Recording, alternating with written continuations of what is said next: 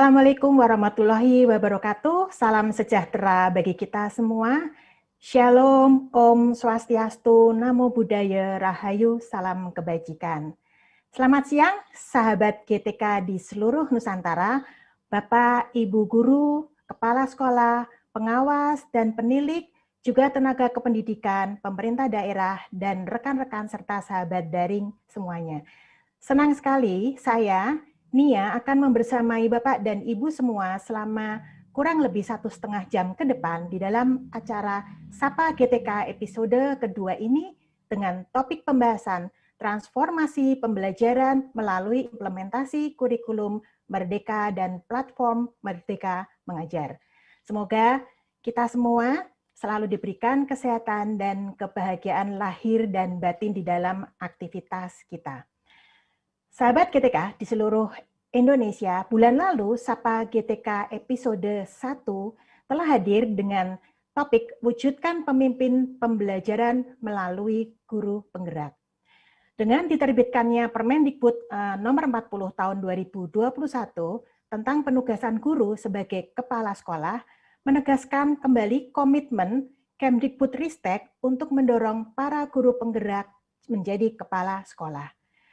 Dampak guru penggerak juga disampaikan oleh Wakil Bupati Belitung bahwa bagi pemerintah daerah, keberadaan guru penggerak ini menjadi membantu mereka untuk menemukan transformer leader atau pemimpin-pemimpin transformasi. Guru penggerak telah memberikan sebuah stimulasi dan magnet bagi yang lainnya untuk bisa segera mentransformasi pendidikan dengan cepat. Dalam Sapa GTK episode 1 hadir juga cerita dari 2 orang guru penggerak yang telah menjadi kepala sekolah, yaitu Ibu Agnes Lucy yang saat ini sudah menjadi kepala sekolah SMP Negeri 3 Sadanyang Kabupaten Mempawah, dan Pak Trianto yang sudah menjadi kepala sekolah dasar negeri Mulyodadi 02 Kabupaten Cilacap. Mereka mengatakan bahwa guru penggerak selalu melihat hambatan sebagai tantangan. Mereka belajar bagaimana cara mengambil keputusan untuk membuat pembelajaran menjadi aman, nyaman, inklusif, dan berdampak positif bagi siswa untuk terwujudnya profil pelajar Pancasila.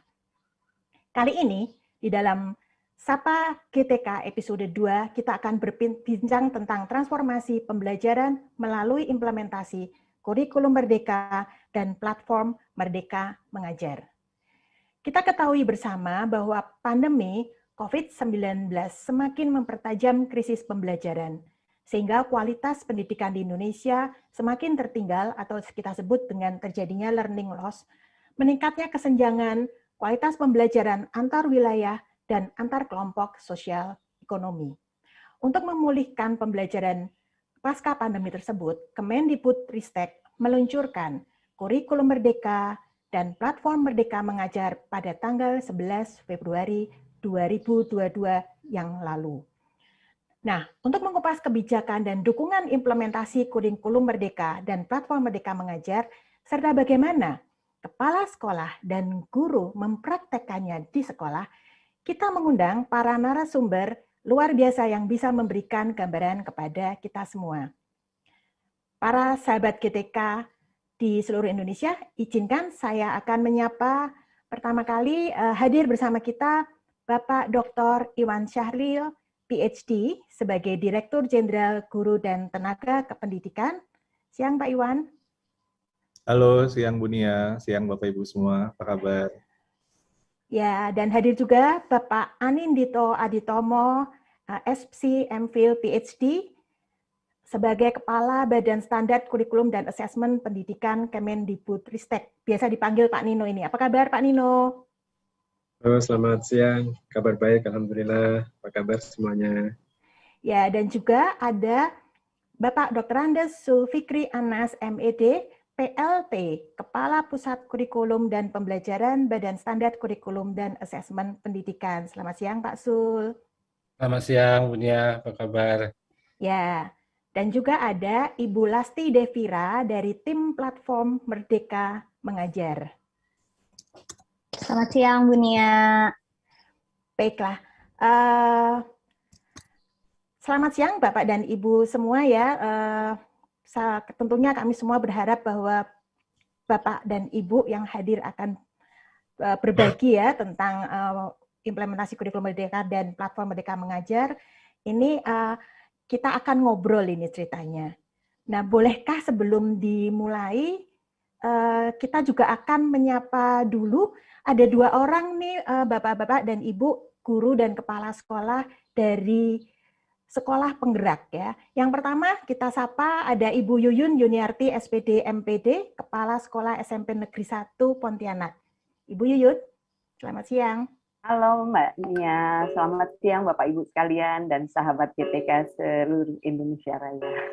Dan dari Nusa Tenggara Barat, tepatnya Kota Bima, ada Pak Erdin Putra Fajar, SPD. Beliau adalah guru SD Negeri 5 Rabangodu Utara. Selamat siang, Pak Erdin. Ya, selamat siang, Mbak Nia. Apa kabar?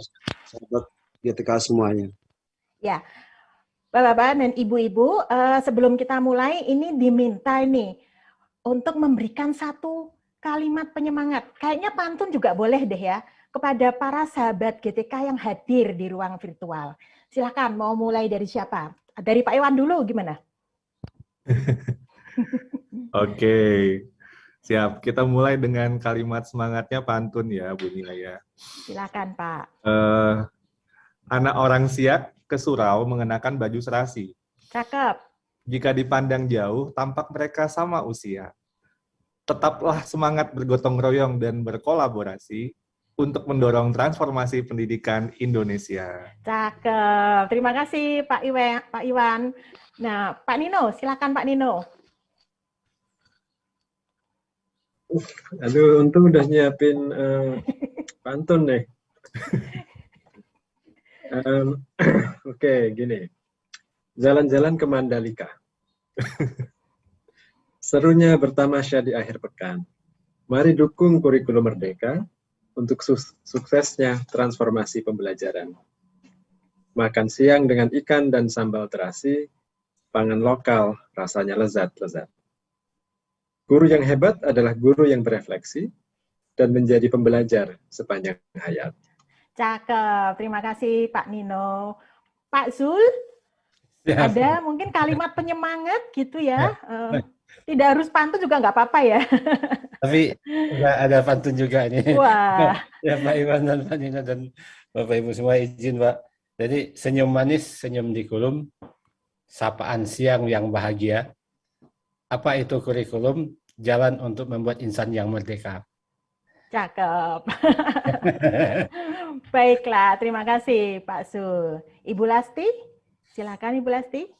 Ya baik, terima kasih Bu Nia. Selamat siang sahabat GTK semua yang hadir di sini. Mungkin kalau tadi sudah pada pantun, saya singkat saja kali ya. Mungkin semangat dari saya tetap semangat untuk terus belajar dan terus berkolaborasi melakukan transformasi pembelajaran. Ya, semangat gitu ya. Dilanjutkan ya dari Pontianak, Ibu Yuyun. Siap, ini saya hanya kalimat penyemangat nih untuk semuanya. Kurikulum Merdeka, bergerak bersama, maju dan sukses semua. Yes, terima kasih Bu Yuyun. Nah, Pak Erdin dari NTB, silakan Pak Erdin. Ya, baik, terima kasih Mbak Nia. Saya juga sama dengan Ibu Yuyun dan Mbak Lesti. Sekedar memberikan semangat bahwa terus maju, bergotong royong untuk kurikulum Merdeka dan gunakan platform Merdeka Mengajar. Ya, pasti bisa gitu ya Pak ya? Pasti bisa. Terima kasih Bapak-bapak dan Ibu-ibu sekalian. Semoga ini menjadi awal ya untuk sesi kita. Kita bersemangat untuk mendengarkan sharing-sharingnya. Oh ya, saya perlu menyampaikan sahabat GTK di seluruh Indonesia sebelum nanti kita akan mengikuti, Bapak dan Ibu hadirin bisa bertanya kepada narasumber.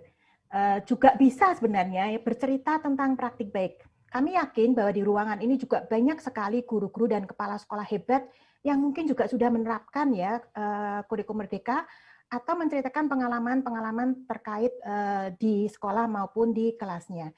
Dapat disampaikan di fitur Q&A yang ada di Zoom. Bapak bisa lihat ya di bagian bawah.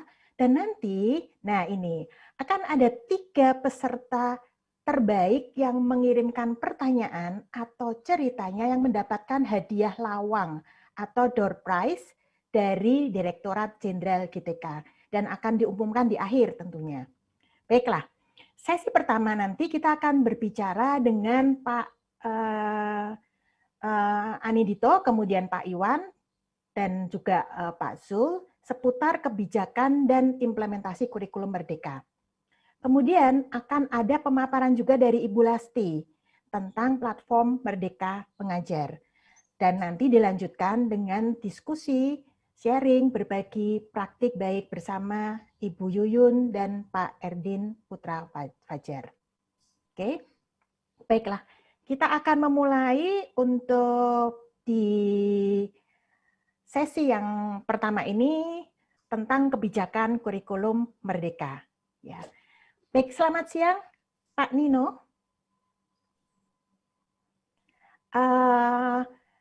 Pertanyaan nih yang pertama nih untuk Pak siang, Nino. masih Ya, mute. masih mute. Apakah bisa dijelaskan ini kepada sahabat GTK nih di seluruh Indonesia, sebenarnya apa sih tujuan dibuatnya kurikulum Merdeka ini, Pak Nino? Ya, terima kasih pertanyaannya. Selamat siang Bapak dan Ibu semuanya. Assalamualaikum warahmatullahi wabarakatuh. Salam sejahtera, sehat semuanya. Tujuan dari kurikulum Merdeka ini sama dengan tujuan dari program dan kebijakan-kebijakan strategis Kementerian Pendidikan yang lainnya. Jadi di Kemdikbudristek ada banyak program utama ya yang sudah diluncurkan maupun akan diluncurkan oleh Mas Menteri. Semuanya itu bertujuan untuk mentransformasi pembelajaran di sekolah-sekolah kita. Jadi meskipun programnya macam-macam, ada yang pelatihan guru, pelatihan calon kepala sekolah, terkait dengan evaluasi, asesmen nasional, reformasi akreditasi, sampai dengan kurikulum, tujuannya, muaranya itu satu. Kita ingin agar sekolah-sekolah kita menjadi tempat yang aman, tempat yang nyaman, tempat yang toleran, inklusif, di mana anak-anak kita bisa bertumbuh kembang, bisa mengembangkan kompetensi dan karakter mereka. Kita tidak ingin lagi sekedar menyediakan atau menampung anak-anak di sekolah. Kita ingin memastikan bahwa mereka setelah masuk sekolah itu punya pengalaman belajar yang bermakna untuk masa depan mereka.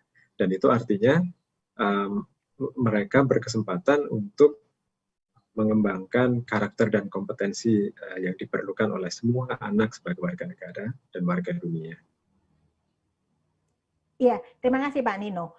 Ada pertanyaan lagi nih Pak Nino, ini di lapangan itu ada yang bilang gini, kenapa ya kok kurikulum Merdeka ini dijadikan opsi untuk sekolah? Bahkan ada yang bilang, ya udah diterapkan aja langsung untuk keseluruhannya.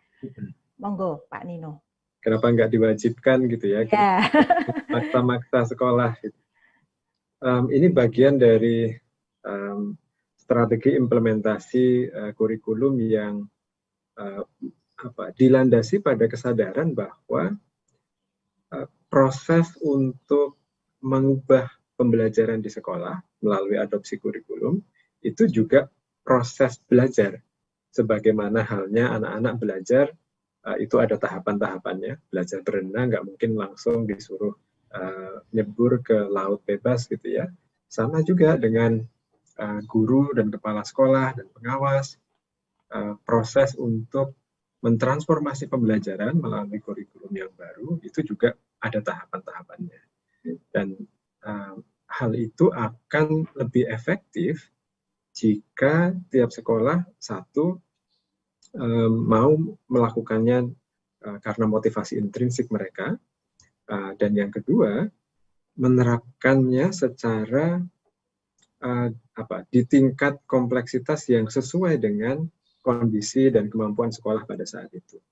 Karena itu kita membuat strategi implementasi kurikulum yang juga satu tadi ya opsional, tidak memaksakan dulu, dan yang kedua ada jenjang-jenjangnya. Sekolah yang ingin menerapkan kurikulum Merdeka itu juga tidak serta-merta langsung harus mengganti kurikulumnya secara keseluruhan, tapi boleh saja mulai dengan menerapkan beberapa komponen atau prinsip penting dari kurikulum merdeka.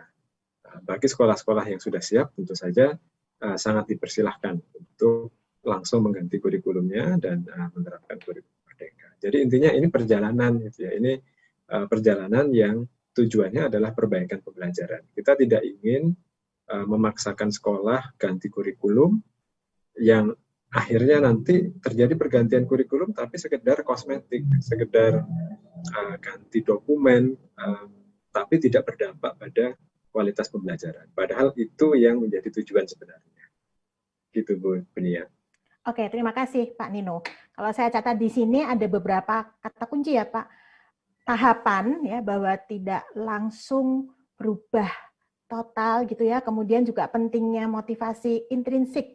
Jadi sekolah itu dia memang punya dorongan untuk mau menerapkan kurikulum merdeka ini dan kompleksitasnya disesuaikan dengan kesiapan sekolah, begitu ya Pak Rino, sehingga ini menjadi salah satu opsi. Dan sekolah akan melalui suatu journey atau perjalanan untuk proses perubahannya.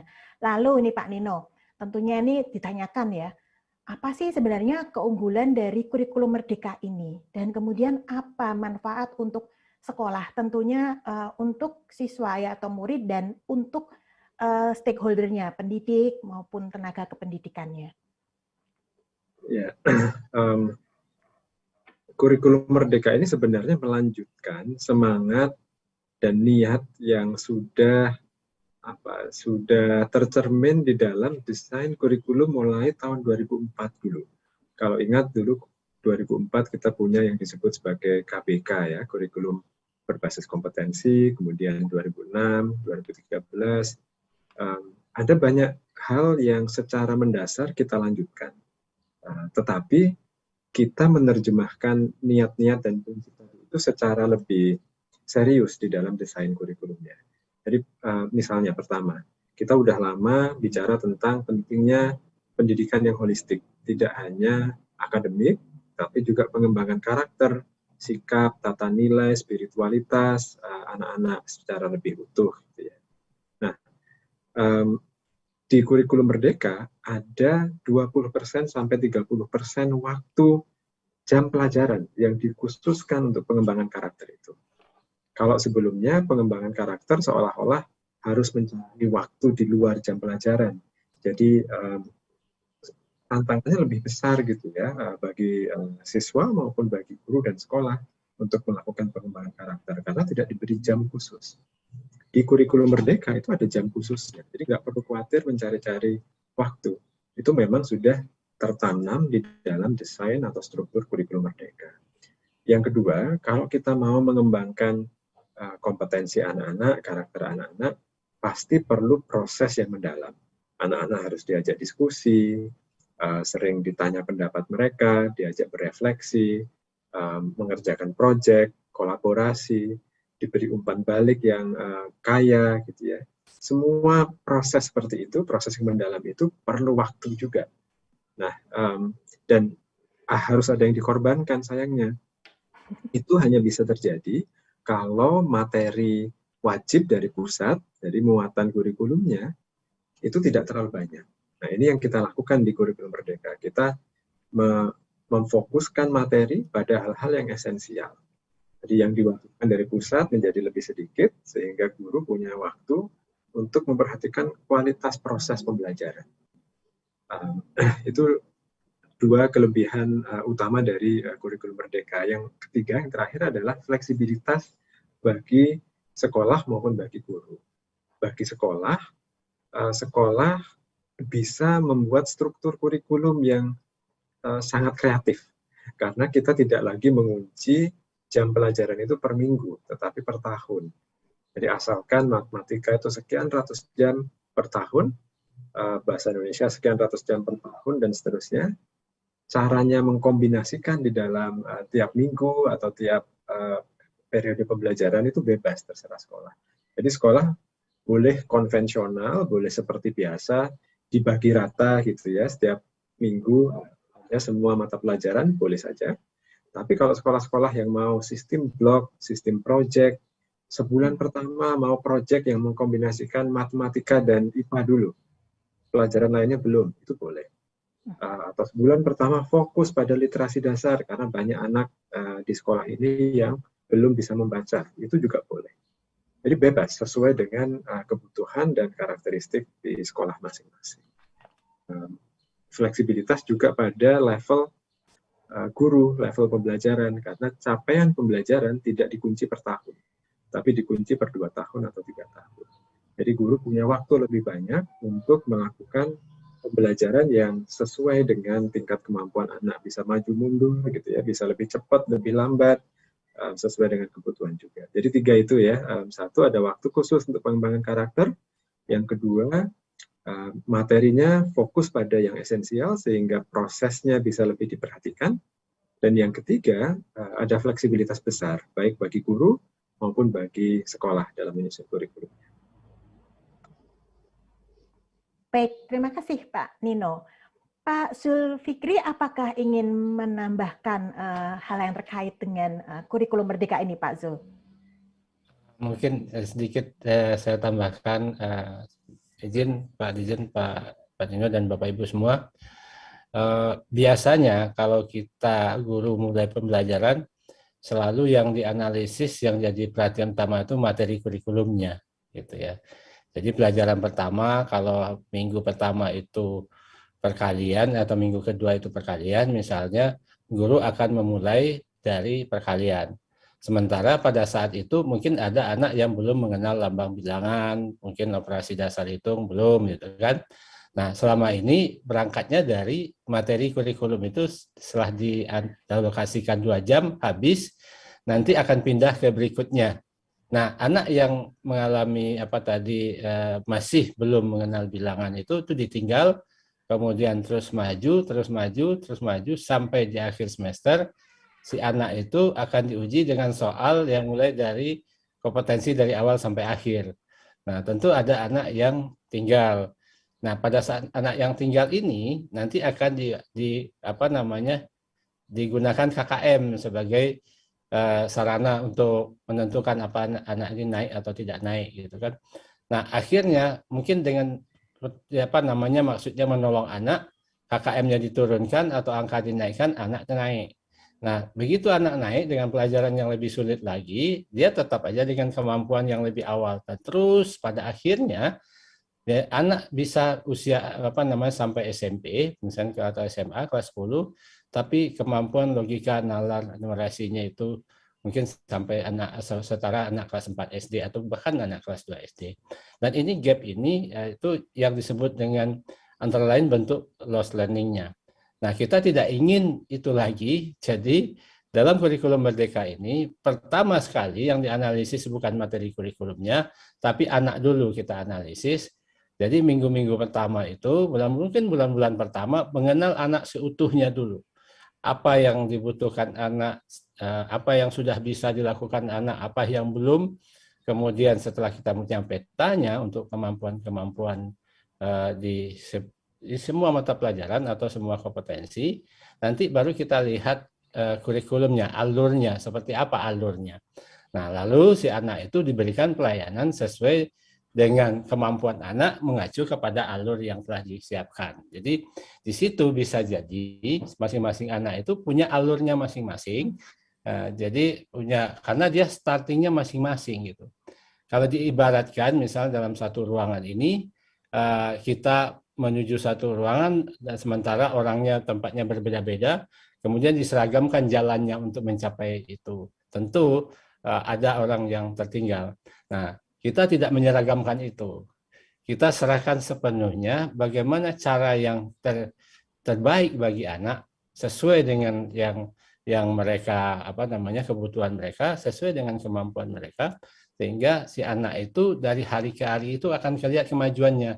Hari ini lebih baik dari kemarin, besok lebih baik daripada hari ini, dan proses pembelajaran besok berdasarkan capaian hari ini.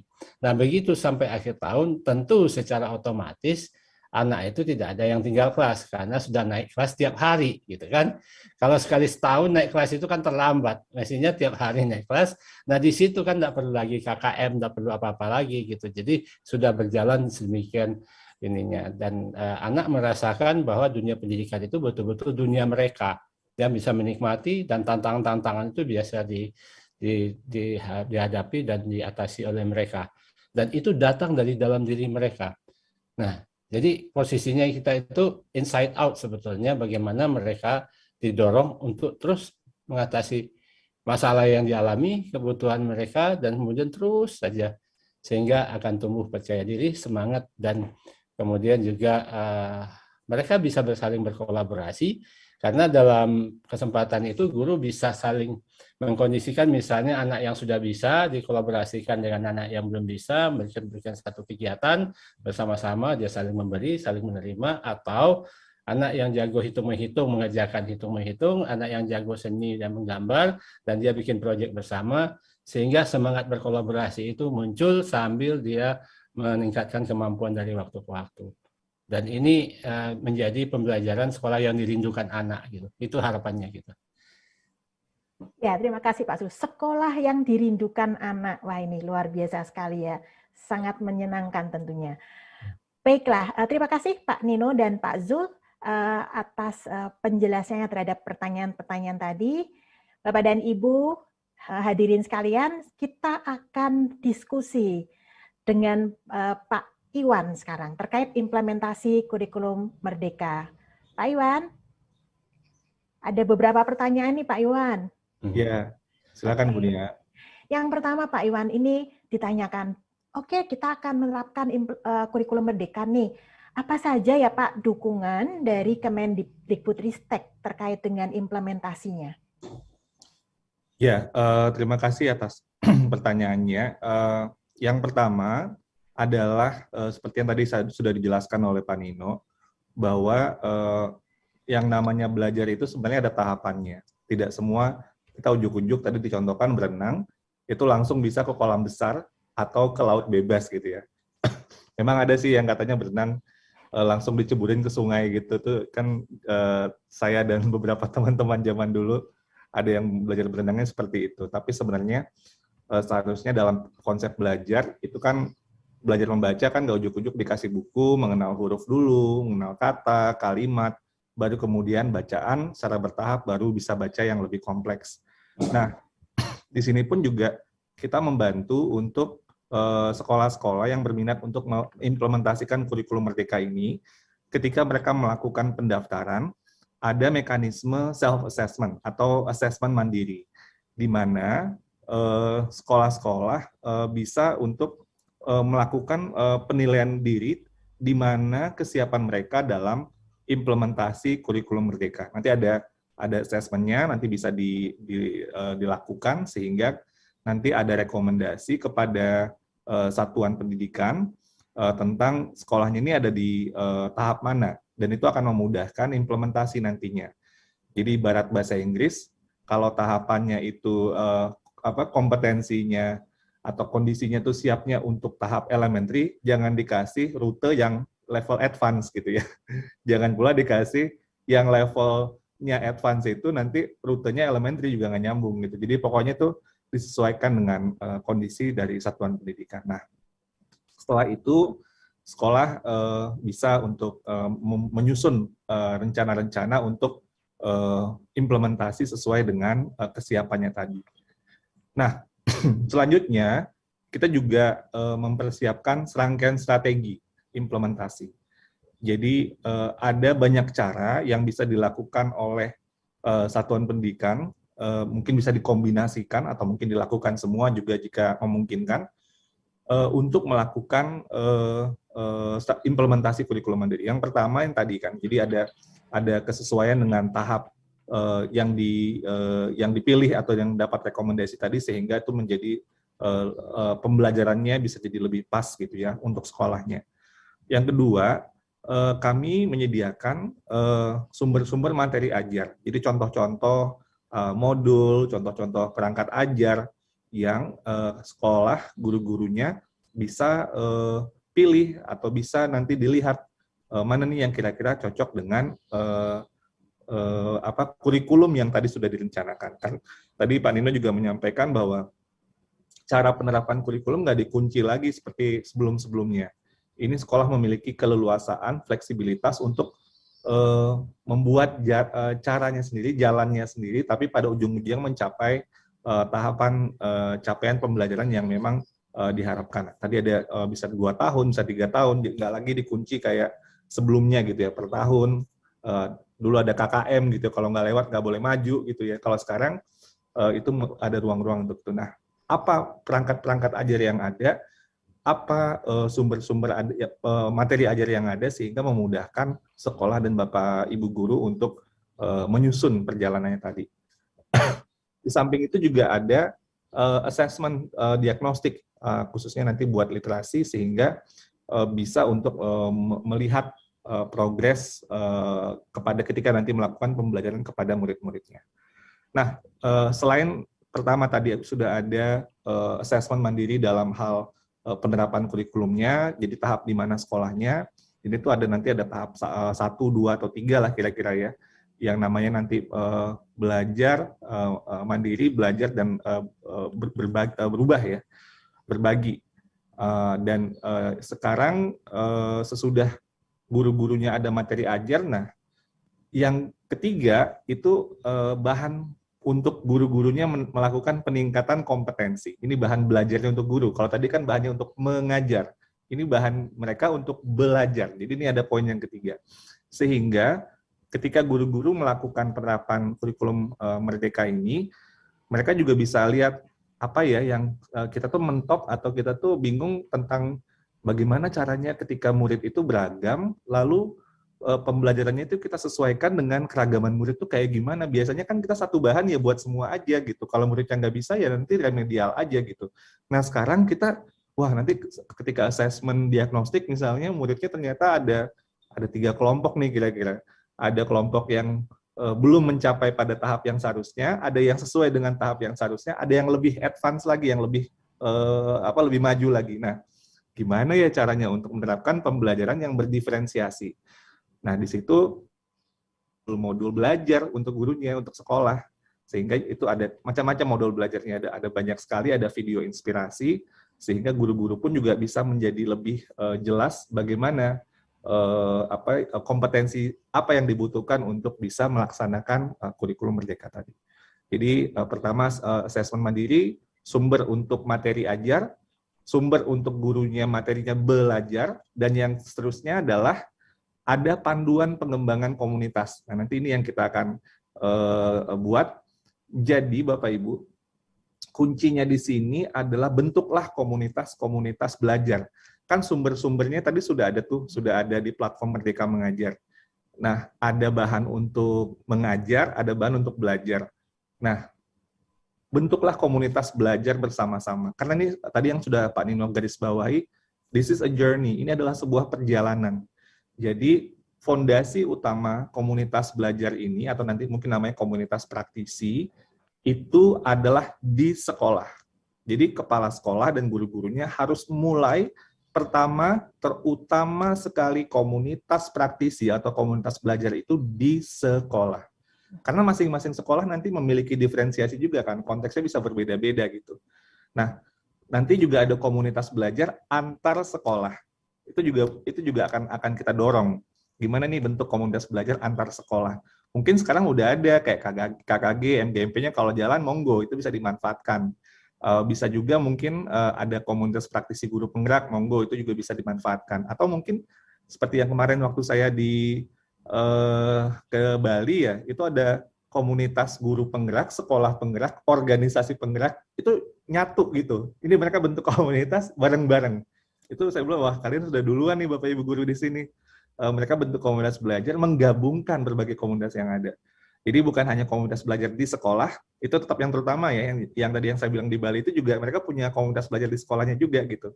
Juga antar sekolah. Jadi itu variasinya bisa macam-macam, tergantung kondisi masing-masing daerah. Tapi yang jelas harus ada komunitas belajar ini. Dan satu lagi, komunitas belajar itu bukan saja bisa luring, juga bisa daring Bapak Ibu, bisa juga secara daring. Jadi nanti terhubung dengan sekolah-sekolah, guru-guru, kepala sekolah yang ada dari berbagai pelosok di Indonesia. Ini kita sebenarnya udah mulai kemarin dengan guru berbagi ya.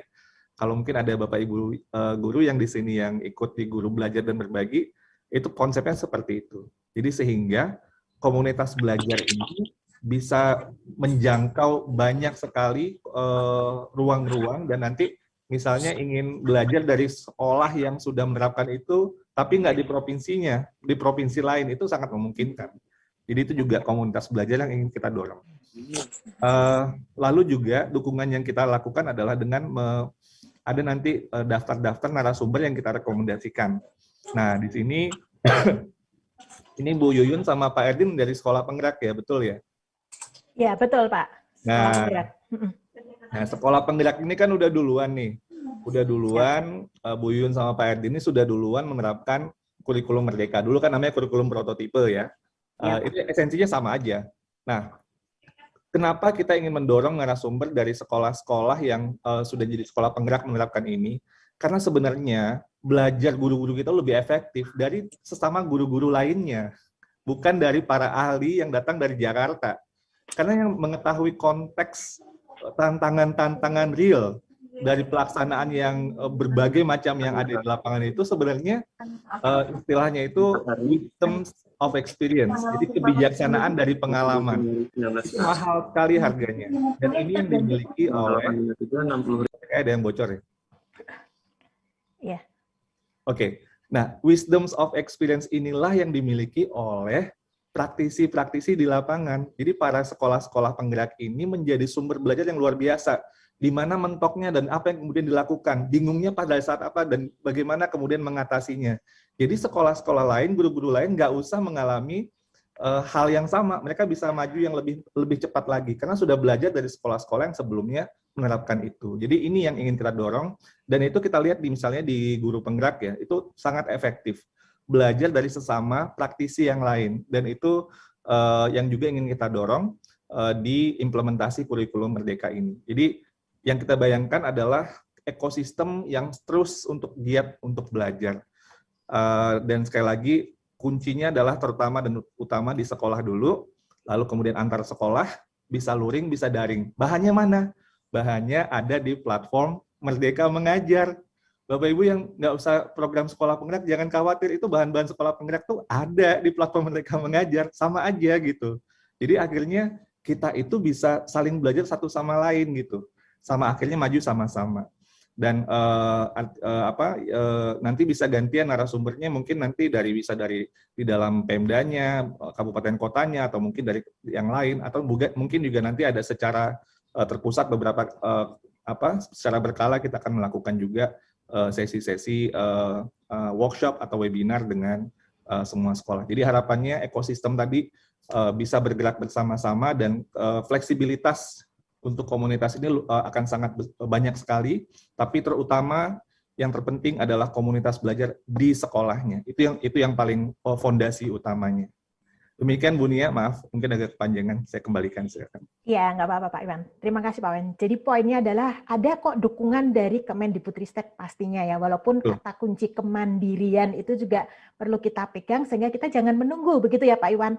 Jangan menunggu ada pelatihan gitu ya Pak ya, karena sudah disediakan ini ya dengan platform Merdeka Mengajar. Baik, melanjutkan ini Pak Iwan tentang platform Merdeka Mengajar. PMM itu disebut-sebut ya pada saat launching di tanggal 11 Februari kemarin, bahwa itu adalah wujud dukungan teknologinya pada saat sekolah akan mengimplementasikan. Sebenarnya latar belakang dan urgensinya apa ya Pak, keberadaan PMM ini? Iya, penting sekali, dan memang sudah waktunya kita memiliki sebuah terobosan dalam hal teknologi untuk mengakselerasi peningkatan kompetensi guru-guru kita di semua daerah. Saya beberapa kali ini waktu kita melakukan kunjungan kerja ke daerah-daerah terpencil, yang beberapa kali saya sampaikan cerita waktu saya menemani Mas Menteri, itu di daerah Papua Barat, di sebuah pulau kecil, kita nyebrang pakai sampan, daerahnya daerah 3T, yang sangat tentunya kondisinya sangat minim sekali. Dan di sana saya kaget ketemu guru-guru di sebuah SD di situ. Ternyata ada 2 orang guru di situ yang sudah selesai, ada yang 1 modul, ada yang 2 modul di guru belajar. Saya kaget loh, bapak-bapak ini ternyata sudah selesai. Dan ini daerah 3T, daerah yang ini terluar sekali dan fasilitas sangat minim karena internetnya naik turun, tapi bisa mereka melakukan itu. Nah, ternyata Bapak Ibu, saya melihat bahwa pandemi ini mendisrupsi dan cara belajar guru-guru kita, mengakselerasi kesempatan. Jadi artinya sekarang ini belajar itu bukan masalah kesempatan lagi. Dulu kan nunggu surat tugas, kadang-kadang yang dikirim 4L ya, lo lagi orangnya nggak berubah-ubah gitu. Sekarang yang bisa belajar siapa aja gitu. Bahkan yang tadi yang saya ceritakan itu, kalau guru yang di daerah terpencil, yang daerah pulau kecil yang sulit sekali akses ke sana, kalau dia mau ikut BIMTEK misalnya, kan mungkin dia harus ke ibu kota kabupaten gitu ya. Itu mungkin jaraknya bisa dia jalannya itu tergantung cuaca dan sebagainya, nyampainya itu mungkin 1 hari baru sampai. Dan itu juga untuk BIMTEK. Nah, materi BIMTEK itu sekarang bisa diakses di Guru Belajar misalnya. Sehingga itu dan itu kalaupun dia dapat surat tugas gitu ya, surat tugas kan dia nggak bisa berangkat. Nah sekarang itu masalah dia mau apa enggak aja, dia udah bisa akses, tinggal kapan mau tengah malam belajar pas ada waktunya di situ atau pas internetnya lagi bagus gitu ya. Kalau siang-siang mungkin agak sulit, itu bisa. Jadi bisa menyesuaikan. Kalau misalnya BIMTEK pun kadang-kadang dia datang, buru-buru datang mungkin lagi kondisinya kurang sehat dan sebagainya. Ini bisa menyesuaikan. Dan kita melihat di Guru Belajar dan Berbagi itu sampai 1 juta lebih ya, 1,1 juta guru-guru kita yang sudah belajar di situ, yang menjangkau lebih 70% sekolah Indonesia, termasuk 40% dari guru 3T. Nah, inilah momentum yang harus kita jaga, dan dengan adanya platform Merdeka Mengajar, yang ini merupakan upgrade yang luar biasa dari Guru Belajar dan Berbagi, maka kita ingin menjaga momentum ini, guru-guru Indonesia memiliki sebuah platform yang dapat mereka andalkan untuk meningkatkan kompetensi secara lebih merdeka gitu. Mereka bisa untuk memilih materinya, mereka bisa mengatur temponya, mereka kemudian juga bisa untuk berbagi dengan guru-guru yang lain di situ. Sehingga seperti yang sudah dilihat kemarin di masa awal pandemi sampai pandeminya sekarang udah mulai agak sedikit mereda, kita melihat guru-guru kita mendapatkan peningkatan kompetensi yang luar biasa.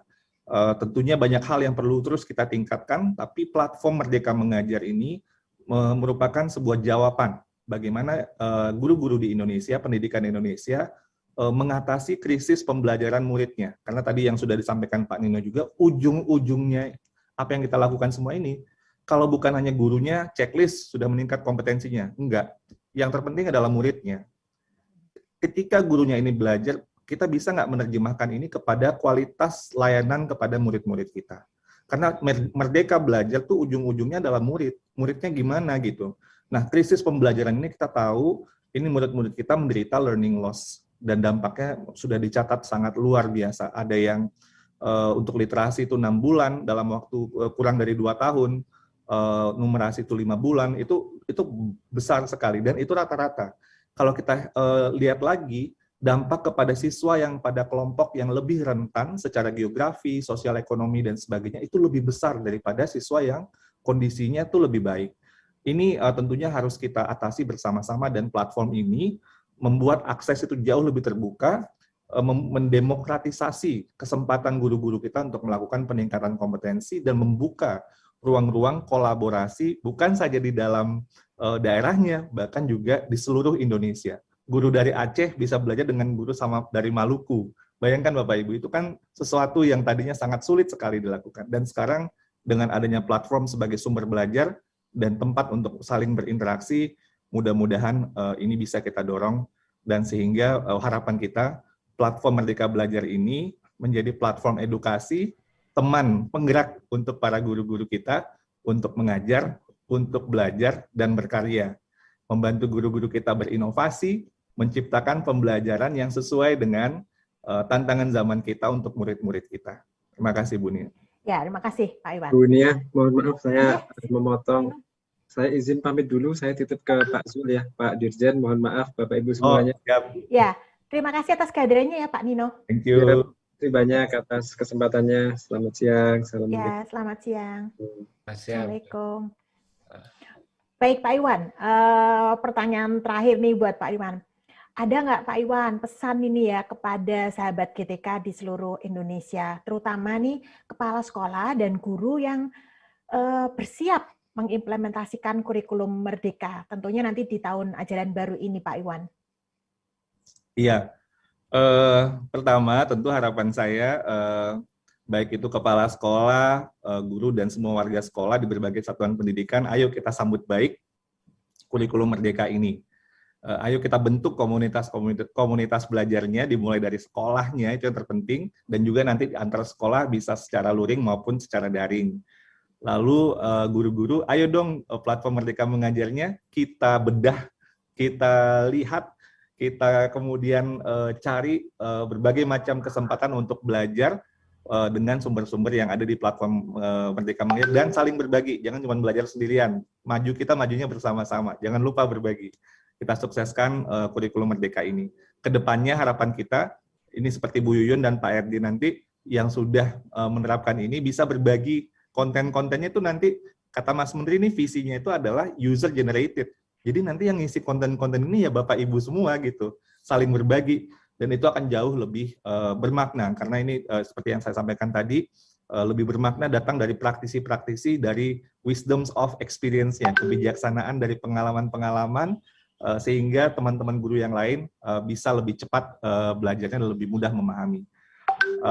Lalu sekolah-sekolah yang belum mendaftarkan diri, ayo daftarkan diri di kurikulum.gtk.kemdikbud.go.id, dan semuanya baik kepala sekolah maupun guru-gurunya diunduh dan diakses platform Merdeka Mengajarnya. Harapan kita kurikulum Merdeka dan platform Merdeka Mengajar ini ikhtiar kita bersama-sama. Sekali lagi ini adalah platform kita, jadi platform kita semua, dan yang owner yang terbesar itu adalah, terpenting itulah Bapak Ibu guru kita. Dan kita bersama-sama wujudkan transformasi pendidikan Indonesia dan mewujudkan pendidikan yang berpihak kepada murid. Bu Nia, saya mungkin ini juga ditutup ya. Ini benar ya, saya ini sesi yang terakhir. Ya, ini pertanyaan yang terakhir Pak Iwan. Nanti akan ada sesi tanya jawab sebetulnya nanti setelah Ibu Lasti. Oh, oke. Ya, mungkin sudah dulu, nanti silakan ke Ibu Lasti aja. Terima kasih. Terima kasih. Dan per siang ini sudah ada hampir 30.000 sekolah yang siap ya untuk mencoba menerapkan ya Pak Iwan ya, kalau dari info datanya. Jadi tidak sendiri nih Bapak Ibu yang sudah akan menerapkan implementasi kurikulum Merdeka, banyak sekali yang belum lagi nanti dari sekolah penggerak sendiri yang memang sudah menerapkan. Terima kasih Pak Iwan. Kita akan melanjutkan ya obrolan kita dengan Ibu Lasti Devira. Hai Bu Lasti. Halo, selamat siang Bu Nia. Ya, nah Bu Lasti, tadi sudah dibahas tentang platform Merdeka Mengajar, sekarang bisa diceritain Bu Lasti, mungkin audiens nih ya, sahabat GTK, apa sih ya PMM ini ya? Silakan Bu Lasti.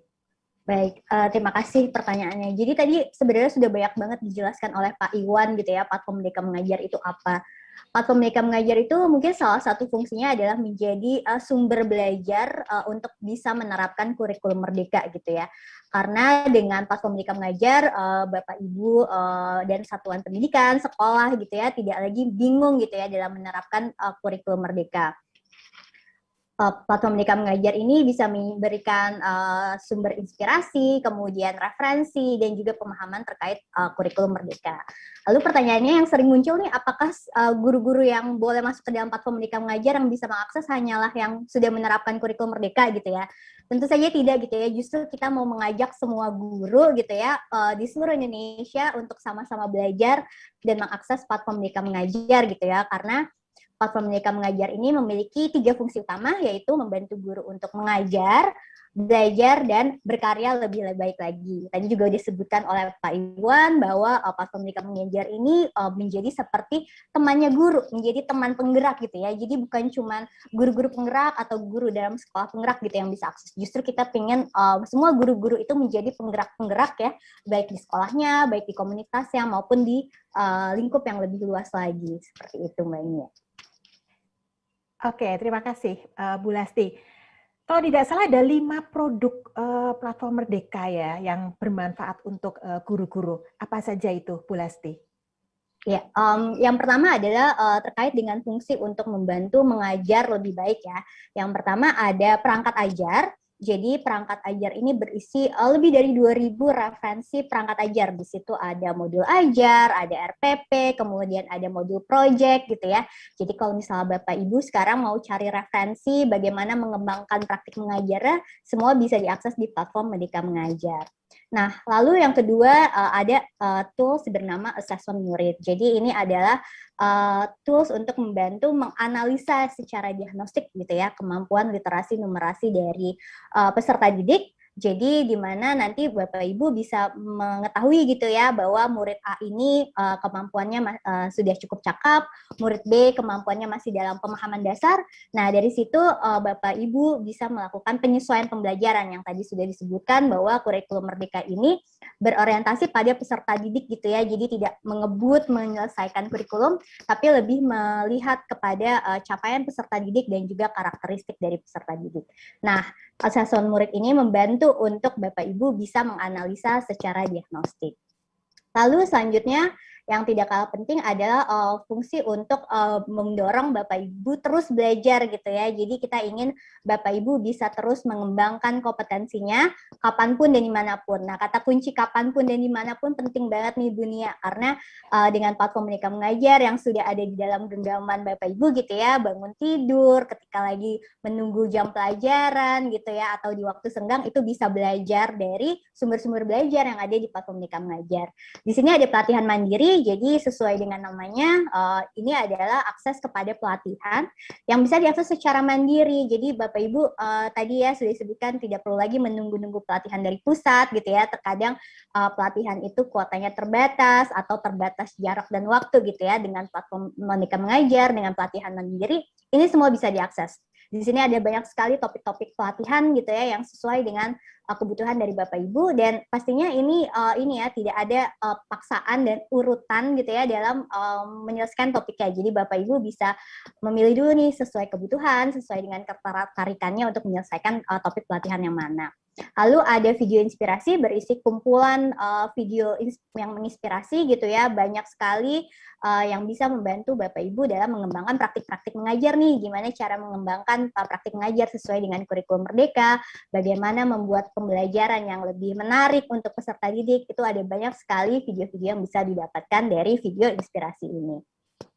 Selanjutnya, yang tidak kalah penting adalah untuk terus mendorong berkarya gitu ya. Jadi Bapak Ibu di sini bisa saling berbagi praktik baik dari satu guru ke guru yang lain, dari satu daerah dengan guru di daerah lain. Ini luar biasa banget gitu ya, karena dengan bukti karya saya ini Bapak Ibu bisa mengunggah hasil karyanya, kemudian bisa dilihat oleh guru-guru lain di seluruh Indonesia gitu ya, dari Sabang sampai Merauke, dan dari situ diharapkan guru-guru bisa saling menginspirasi dan berkolaborasi nih, dan mendapatkan umpan balik yang penting gitu ya, umpan balik yang membangun sehingga bisa saling nantinya berkolaborasi gitu ya, dan saling menginspirasi satu sama lain.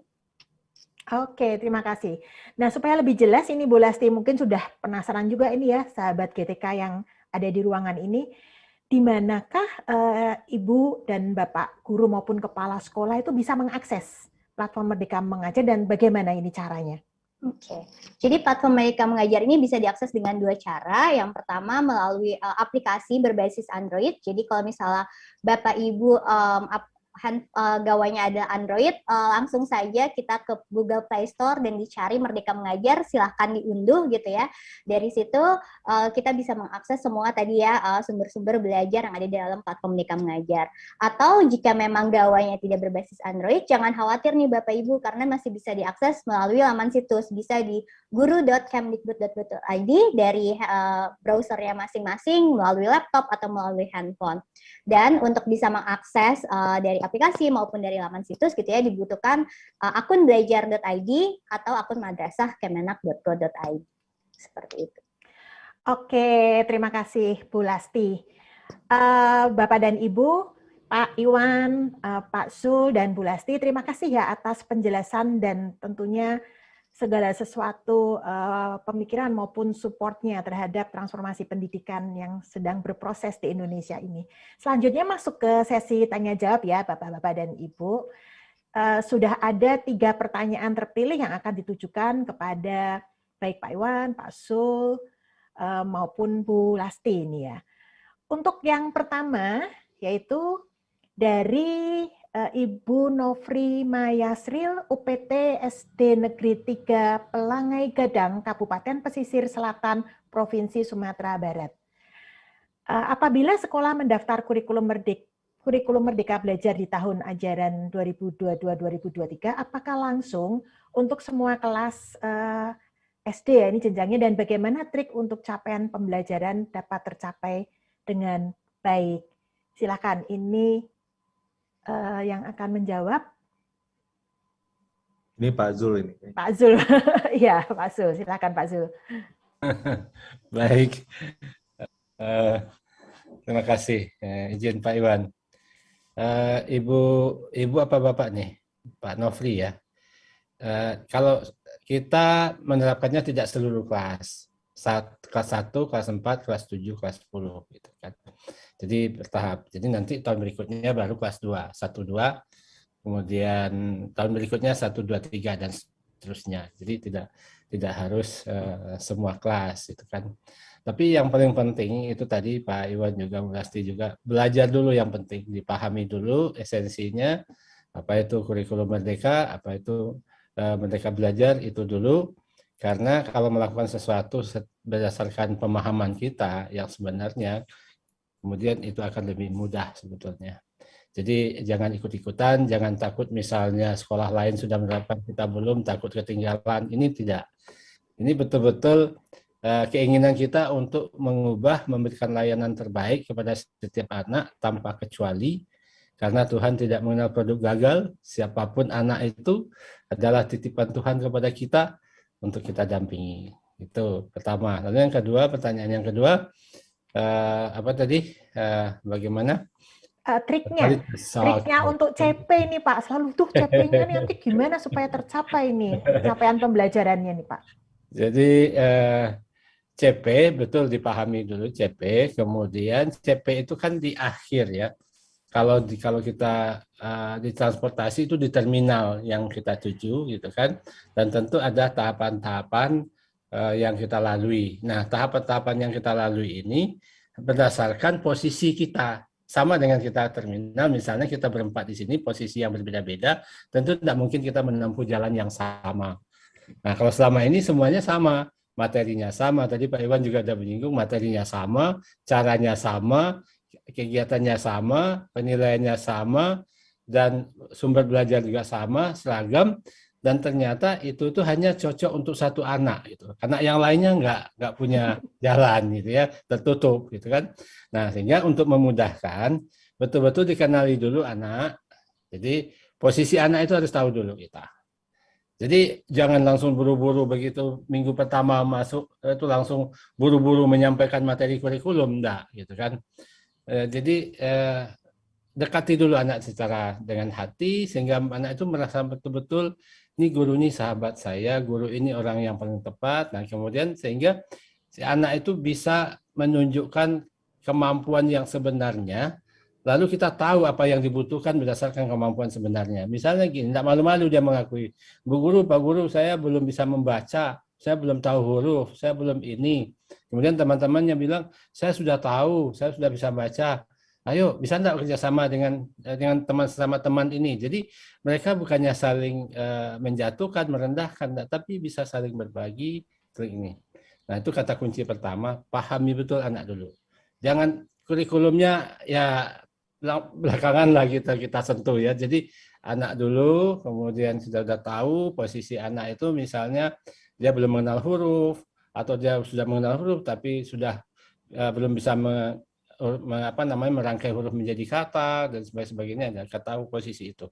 Nah, kalau tahu posisi itu kita tahu cara yang terbaik bagi anak untuk meningkatkan kualitas belajarnya.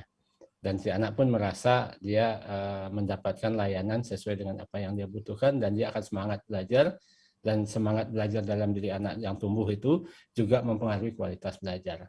Kalau selama ini kan anak hanya menerima saja apa yang disampaikan oleh guru dengan cara yang sama seperti itu, dan mungkin anak selama ini menahan tekanan, kenapa dia tidak mendapatkan sesuatu yang dia butuhkan dan sebagainya. Itu sebetulnya. Baik, Berangkat Pak Zul. dari anak dulu. Ya, terima kasih. Cintai anak, sayangi anak, dekati anak, itu dulu.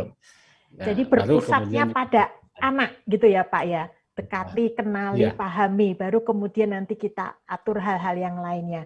Silakan Pak Iwan ya. atau Bu Lasti kalau mau menambahkan ya, ini kok kaitannya sepertinya dengan assessment-nya begitu ya. Silakan, mungkin Pak Iwan atau Pak Iwan mau menambahkan, monggo. Ya, jadi juga tadi yang disampaikan Pak Zul, itu saya sepakat dan saya baru pulang, saya memberikan sebuah contoh nih dari sebuah sekolah di Lombok Timur yang baru kemarin saya kunjungi. Lombok. Ya, Pak Iya, Zul Pak. ke Lombok kan ya. Lombok Jadi Tengah, ada Pak. Pak Zul ke Lombok Tengah ya. Saya ke Lombok Timur. Dan Bapak Ibu, ini sekolah yang kami kunjungi itu daerahnya sangat-sangat sederhana. Sangat-sangat minim. Tapi mereka melakukan sebuah pembelajaran yang sangat progresif gitu ya. Jadi mereka menerapkan sebenarnya prinsip yang tadi disampaikan terkait dengan kurikulum merdeka. Jadi misalnya yang Pak Zul menekankan tentang anak tadi, ada asesmen diagnostik. Lalu kemudian dari asesmen diagnostik, kemudian anak ini dikelompokkan sesuai dengan level kemampuannya. Nah, di sini itu literasi fokusnya dan numerasi, karena memang ini sekolah dasar, 2 sekolah yang saya kunjungi ini, dan fokusnya kepada bagaimana mereka bisa mengejar ketertinggalan selama pandemi ini. Nah, di situ ada sekolah setelah 7 bulan mereka menerapkan cara belajar yang sangat berdiferensiasi tadi itu, luar biasa hasilnya. Jadi pertama-tama adalah tadinya anak-anak ini bervariasi kelompoknya. Ada kelompok yang bahkan dia kelas 3 itu bisa pada level pemula, nggak apa-apa.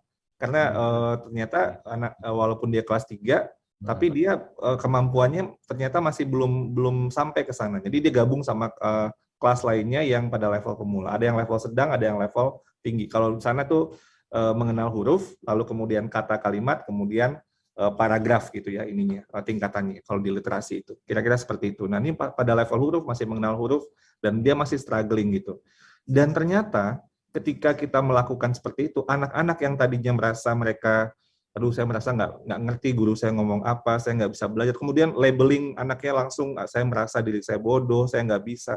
Tiba-tiba mereka tuh kayak hidup, kayak light bulb gitu, lampu. Wah, sekarang ketika dikelompokkan sesuai dengan kemampuannya itu, mereka tiba-tiba, wah udah lama sekali saya merasa saya bisa ngerti guru saya itu ngomong apa, dan saya bisa memahami apa yang diminta oleh guru saya, dan saya sangat senang. Muncul kepercayaan diri, muncul motivasi, sehingga sekarang 7 bulan sesudah mereka mulai melakukan itu bahkan murid kelas 1 pun yang saya kunjungi kemarin itu sudah bisa membaca. Jadi membaca cerita dengan lancar gitu ya. Yang pada awalnya bahkan yang tadi yang saya ceritakan anak kelas 3 pun juga ada yang masih struggling gitu, mengenal huruf saja. Nah, Bapak Ibu, yang saya ingin sampaikan di sini, yang Pak Zul bilang tadi itu sebenarnya banyak contoh-contoh praktek baiknya, tapi kadang-kadang kita tidak mempercayai itu. Iya. Sehingga kita memaksa-maksa, dan pokoknya kamu kan sekarang udah kelas 3, bahwa pokoknya langsung menumpahkan itu kepada anak dan lain sebagainya. Enggak, itu harusnya kita yang melakukan akomodasi sehingga kemudian anak itu muncul kepercayaan dirinya dan motivasinya untuk belajar. Kalau sudah motivasi itu datang dari diri si anak dan mereka sangat senang sekali untuk belajar, Bapak Ibu percayalah itu belajar itu bisa nggak habis bahan untuk itu anak-anak itu belajar. Itu luar biasa dampaknya. Jadi banyak sekali praktek-praktek baik, bahkan di daerah yang sangat minim fasilitas sekalipun, yang sangat di daerah pedesaan gitu, itu bisa dilakukan. Jadi kuncinya ini bukan di fasilitasnya, tapi kuncinya itu adalah di SDM-nya nih, dan mindset kita untuk terus berani mencoba, bereksperimentasi, dan terus melihat data, dan kita belajar untuk bisa lebih baik lagi, sehingga ujung-ujungnya yang pemenang dari semua ini adalah anak-anak kita. Iya, terima kasih Pak Iwan. Bu Lasti mau menambahkan, mungkin di PMM-nya ada tuh gimana sih caranya mengenal anak gitu? Oke, baik. Mungkin saya menambahkan sedikit. Jadi kalau di platform Merdeka Mengajar tadi ya sudah saya sampaikan ada alat bantu gitu ya bernama asesmen murid.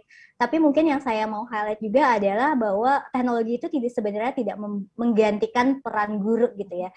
Tetap guru ini tetap harus kreatif gitu ya dalam dalam mengembangkan praktik mengajar ya gitu ya, tapi bisa menjadikan platform Merdeka Mengajar ini adalah sebagai salah satu sumber untuk terus mengupgrade dirinya gitu ya, untuk terus mengembangkan kompetensinya sehingga bisa ini nih menyampaikan pembelajaran yang bermakna sesuai dengan tadi ya kemampuan dan juga karakteristik dan juga kebutuhan dari muridnya, sehingga murid-murid tadi merasa menjadi lebih senang, termotivasi untuk belajar, sehingga akhirnya juga pencapaiannya lebih baik. Dan tadi Pak Iwan juga menyampaikan sebenarnya banyak sekali praktik-praktik baik. Nah, itu bisa tuh dibagikan ke dalam platform Merdeka Mengajar, sehingga nanti guru-guru dari daerah lain gitu ya, yang dari Aceh bisa melihat bagaimana praktik di Sulawesi gitu ya, itu bisa saling menginspirasi dan oh ternyata saya juga bisa nih, kayaknya saya mirip nih sama sekolah yang ini, jadi saya bisa coba mempraktikkan, dan di situ juga kita bisa saling memberikan umpan balik loh. Jadi maksudnya dari situ kita bisa berinteraksi dengan guru-guru yang ada di daerah lain. Mungkin dari saya itu saja punya. Oke, terima kasih. Berikutnya nih masih ada lagi nih pertanyaan dari Pak Idin Hadinuto ya. Kategori seperti apakah ya? Kategori sekolah seperti apa yang bisa mengikuti kurikulum Merdeka Belajar ini? Dari Pak Iwan, Pak Sul, atau Bu Lasti yang akan mau menanggapi seperti apa sih sebetulnya kategori sekolahnya? Silakan. Kategori sekolahnya adalah sekolah yang terbuka, yang mau untuk belajar. Itu yang terpenting. Mau sekolahnya minim fasilitas, mau sekolahnya seperti saya bilang di daerah pedesaan, kita sudah melihat bahwa sebenarnya yang terpenting itu adalah SDM dari sekolah kita. Itu yang terpenting. Ini mungkin ada juga di platform Merdeka Mengajar, yaitu ada namanya modul kalau di pendidikan guru penggerak itu asset based thinking, cara berpikir bahwa filosofinya itu tidak ada rotan, akar pun jadi gitu. Jadi nggak menyerah dengan keadaan, mencari cara, mencari berbagai macam kemungkinan untuk mencapai tujuan. Dan ini kuncinya juga kolaborasi bareng-bareng, gotong royong. Dan saya melihat bahwa ketika sebuah sekolah itu terbuka, ketika terutama nih kepala sekolahnya, itu penting sekali. Kepala sekolah itu orang yang mau untuk terbuka untuk belajar, mau berani untuk melakukan eksperimentasi dengan ide-ide baru, melakukan cek dengan data dan terus melakukan pengembangan secara berkelanjutan berdasarkan data tadi, dan sekolah itu berpihak kepada murid. Ini berpihak pada murid ini menurut saya ini yang tadi Pak Zul juga tekankan ini, itu dahsyat sekali karena sebelumnya sekolah-sekolah kita, guru-guru kita, kekhawatirannya adalah nanti nilai anaknya nanti salah, ini disalahkan, nggak sesuai dengan juknis dan juklak dari pusat. Enggak. Mas Menteri berkali-kali bilang, kalau itu juklaknya bilang seperti apa, tapi nggak sesuai anaknya itu yang Bapak lihat, Bapak Ibu lihat itu anaknya perlu intervensi yang berbeda, maka Bapak Ibu nggak salah gitu. Jadi selama itu yang terbaik buat murid-murid kita, nggak ada yang salah. Nah inilah ketika kita terbuka dan terus ingin belajar, Bapak Ibu tuh akan menghasilkan inovasi-inovasi yang berdampak kepada murid, yang mungkin nggak ada di panduan-panduan yang ada. Karena Indonesia ini kompleksitasnya luar biasa, keberagamannya luar biasa. Kita nggak bisa memaksakan sebuah konsep yang dengan asumsi yang kita mungkin berbeda gitu. Karena asumsi di tempat masing-masing daerah di Indonesia itu sangat variasinya luar biasa. Jadi sekali lagi sekolahnya terbuka maksudnya mau untuk belajar dan berani bereksperimentasi, terutama ini kepala sekolahnya yang terpenting, dan berkolaborasi, berpihak kepada murid. Itu karakter sekolah, bukan kategori ini. Mungkin kalau tadi kategori mungkin sekolah yang apa gitu ya. Enggak, ini saya lebih ke karakternya dan terutama karakter SDM-nya, itu yang terpenting. Kalau itu ada, itu jalan. Mau itu mandiri belajar, jadi belum berubah kurikulum dulu, ya masih ini dulu, mandiri berubah, jadi ikut contoh aja yang ada di platform Merdeka Mengajar misalnya, atau mandiri berbagi. Itu nanti bisa, pokoknya mengikuti sesuai rekomendasi dan dengan karakter yang tadi saya sampaikan. Oke, terima kasih Pak Iwan. Pak Zul mau menambahkan dengan kalimat yang pendek tapi betul-betul tepat gitu Pak, terkait dengan kategori sekolah ini Pak, supaya diingat terus. Baik, modalnya satu, cintai anak sepenuh hati dan sentuhlah hati anak itu dan dia akan menjadi milik kita selamanya gitu. Jadi dia akan bisa bertumbuh dan berkembang dalam situasi apapun gitu. Dan justru dalam kondisi yang keterbatasan itu mereka tertantang untuk menghadapi mengalahkan tantangan-tantangan yang ada itu. Jadi dan satu lagi modal yang berikutnya adalah ingin berubah dan ingin memperbaiki kualitas belajar dengan baik. Itu aja. Nggak ada gedung, nggak ada ruangan, nggak ada apa-apa pun bisa. Hanya satu cinta. Cintai anak dan sentuh hati mereka dan rangkul mereka, beri ruang kepada mereka untuk mengekspresikan apa yang ingin dia tunjukkan. Apakah itu yang betul atau yang salah? Kan kalau yang salah pun bagi kita itu data. Misalnya ketika si anak itu mengusili temannya, sehingga temannya sampai nangis, lalu si guru dengan senyum, dengan sepenuh hati mendekati dia, kenapa toh nak, kok kamu kok bisa mengusilkan teman-temanmu? Lalu dia bilang, oh ini lebih lebih ringan ini, kemarin saya pukulin semua teman-teman. Akhirnya ngaku, karena kita tersenyum kepada dia ngaku kan, ngaku semua kesalahan, ngaku itu, dan itu bagi guru itu jadi bahan awal untuk akhirnya membawa anak itu sadar bahwa itu keliru. Jadi dia berhenti mengganggu temannya itu bukan karena takut pada gurunya, bukan ini, tapi akhirnya dia menyadari sebetulnya. Dan kenapa itu bisa begitu? Karena guru menyentuhnya dengan hati. Gitu. Jadi baik, Pak. Dia merasa itu, jadi merasa tidak dihukum, tidak di ini dan sebagainya. Itu aja modalnya sebetulnya. Modalnya adalah cinta gitu ya Pak ya? Iya. Oke, masih ada satu pertanyaan lagi dan ini di belakang kita sebenarnya masih ada 2 narasumber juga ya, sehingga nanti mohon respon dari Bapak-Bapak dan Ibu tuh singkat gitu ya. Pertanyaan yang berikutnya dari Jawa Timur ini. Dari Ibu Maria Ernawati. Beliau adalah Kepala Sekolah SMK Negeri 2 Buduran, Sidoarjo. Pertanyaan dari Ibu Maria, bagaimana langkah-langkah konkret untuk mewujudkan profil pelajar Pancasila melalui kurikulum Merdeka? Strategi apa sih yang paling tepat untuk masa milenial di saat ini? Mohon arahannya karena slogan di sekolah ini adalah mewujudkan lulusan yang unggul, mumpuni, berkarakter. Silakan Pak Iwan, Pak Sul, atau mungkin Bu Lasti juga. Mungkin langsung ke Bu Yuyun sama Pak Erdin. Ya, mungkin. Ya. Oh, mau langsung saja ke... Ya, silakan. Baik, ya. Oke, mohon maaf ini udah dibacain Bu Maria. Kita akan langsung ke sesi 2, gitu ya. Baiklah, terima kasih kepada Pak Iwan, Pak Sul, dan juga Ibu Lasti atas kehadirannya dan sudah berbagi dengan kita dan menjawab pertanyaan-pertanyaan dari audiens, tetapi juga mohon maaf tadi ada satu pertanyaan terakhir karena kita ada keterbatasan ya dari waktu, sehingga kita akan mulai dengan sesi yang berikutnya. Tetapi ya, apakah ada pesan-pesan yang ingin disampaikan ini untuk menutup di sesi 1 ini sebelum kita masuk ke sesi dengan Bu Yun dan Pak Erdin? Silakan, Pak Iwan, Pak Sul, Bu Lasti. Terima kasih Bu Nia, Bapak Ibu semua. Kalau tadi saya mengawali dengan pantun, saya juga akan izinkan saya juga tutup dengan pantun. Bila kepakan, jangan lupa beli kue sekotak. Cakep. Kue dibeli untuk bekal sekolah anak. Mari kita bergerak serentak, wujudkan pendidikan berpihak kepada anak. Ya, cakep. Pergi ke pasar akan tampak beragam manusia, tanpa pula pedagang berdiri sejajar. Kita wujudkan transformasi pendidikan Indonesia melalui kurikulum Merdeka dan platform Merdeka Mengajar. Oke. Terima kasih. Terima kasih Pak Iwan. Pak Sul?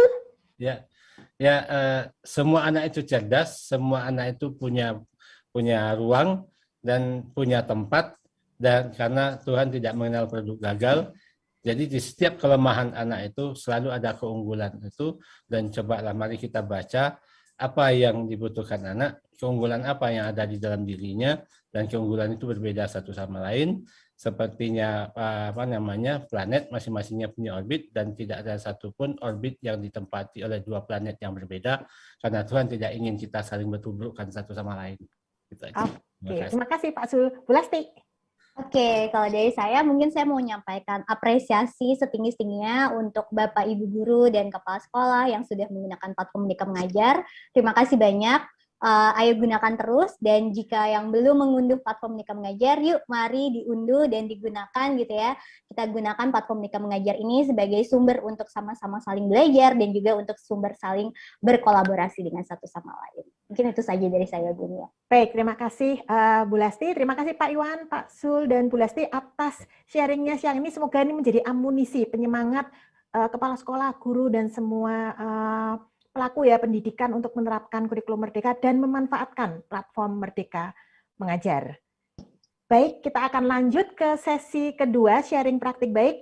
Semoga sahabat GTK di seluruh Indonesia masih membersamai karena masih ada sharing yang sangat menarik dari dua orang narasumber terkait dengan penerapannya dan penggunaan platform Merdeka. Siapakah mereka?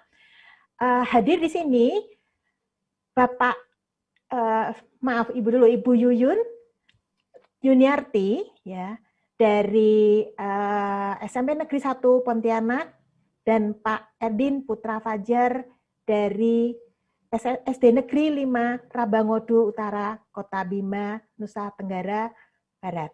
Baik, kita akan memperkenalkan dulu ya siapakah beliau berdua ini. Ya, Ibu Yuyun Yuniarti sudah 11 tahun menjadi kepala sekolah, dan di sekolah beliau adalah sekolah pelaksana program sekolah penggerak juga yang tentunya sudah mengimplementasikan kurikulum Merdeka. Dan beliau juga aktif di PGRI sebagai sekretaris cabang dan MKKS SMP Kota Pontianak. Apa kabar Bu Yuyun? Baik, Bu Nia. Salam jumpa dengan sahabat GTK. Ya, kemudian berikutnya Pak Erdin Putra Fajar. Beliau adalah guru kelas 4 di SD Negeri 5, Rabangodo Utara. Dan beliau juga guru penggerak angkatan ketiga yang sekolahnya juga menjadi sasaran program sekolah penggerak. Apa kabar Pak Erdin? Alhamdulillah baik, Mbak Nia. Baik, ini sahabat GTK tentunya sudah tidak sabar ya mendengarkan cerita langsung. Setelah tadi kita mendengarkan dari sisi kebijakan, dukungan, kita ingin tahu sebenarnya seperti apa ya penerapan kurikulum Merdeka ini di sekolah dan penggunaan platform Merdeka Mengajarnya. Nah, silakan kita mulai dari Bu Yun dulu ya. Bu Yun bisa cerita nggak praktik penerapan kurikulum Merdeka di sekolahnya PSP Angkatan 1 ini ya Bu Yun? Silakan Ya, Bu Yuyun. betul Bu Nia. Baik, saya sedikit berbagi cerita tentang praktek baik yang kami lakukan dalam implementasi kurikulum Merdeka adalah budaya merefleksi dan berkolaborasi, baik dengan para guru, termasuk juga dengan orang tua, tentang kekuatan ataupun sumber daya yang ada di sekolah dan bagaimana pemberdayaannya, termasuk kendala yang dihadapi oleh Bapak Ibu guru sekalian.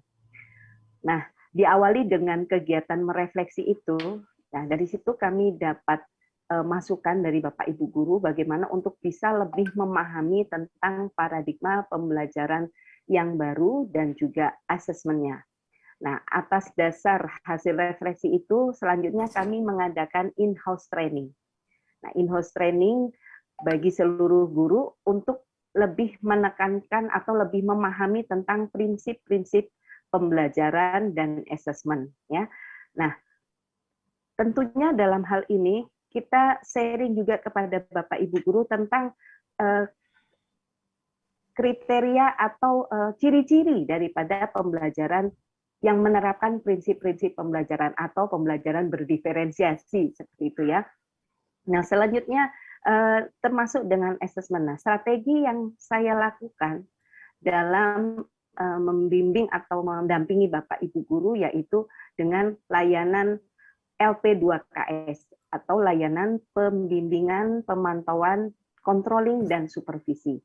Nah, layanan itu kami lakukan dengan memberikan pembimbingan kepada guru bagaimana penerapan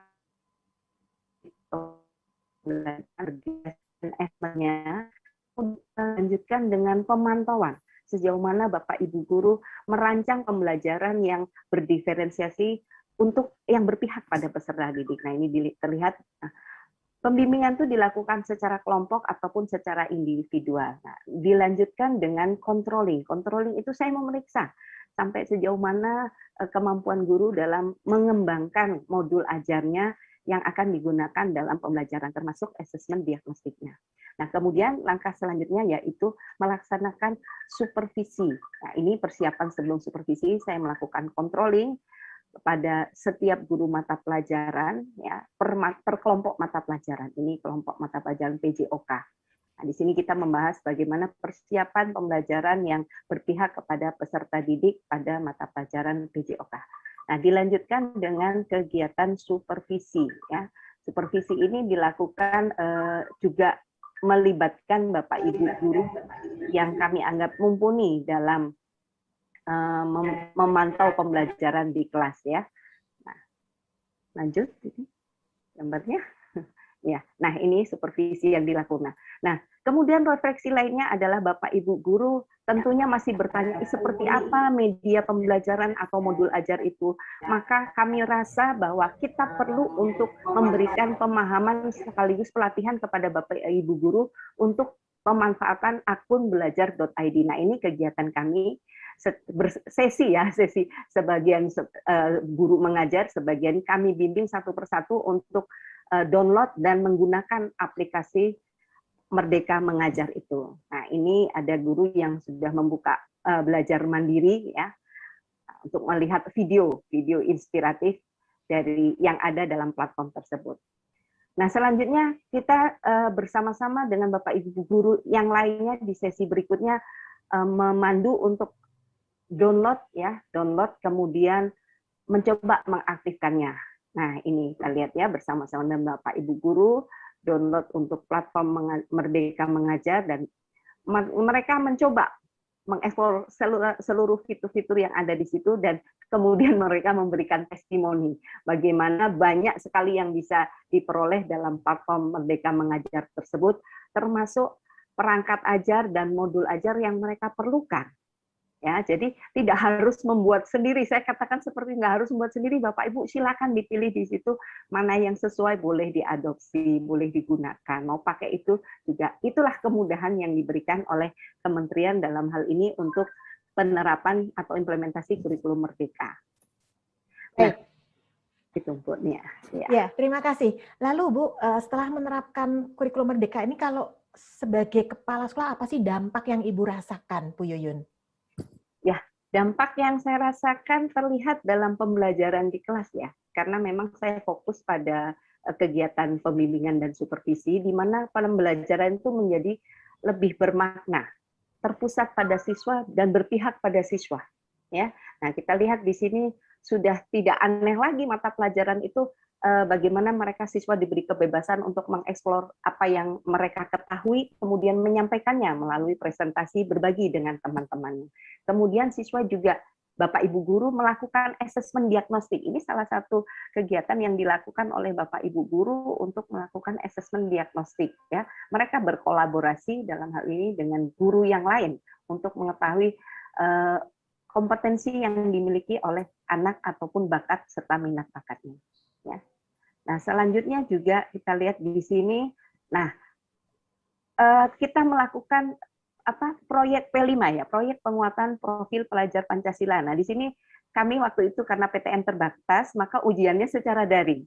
Nah, di sini ada dosen, ada guru penguji, ada guru pembimbing, mereka semua berkolaborasi untuk membantu siswa bisa menampilkan. Nah, ini salah satu metode yang digunakan oleh siswa dan guru untuk memilih siapa yang maju tampil duluan untuk ujian proyek tersebut. Ya, mereka menggunakan aplikasi ini ya untuk menarik gitu ya, menarik siswa untuk mereka bersemangat melakukan ujian proyek itu.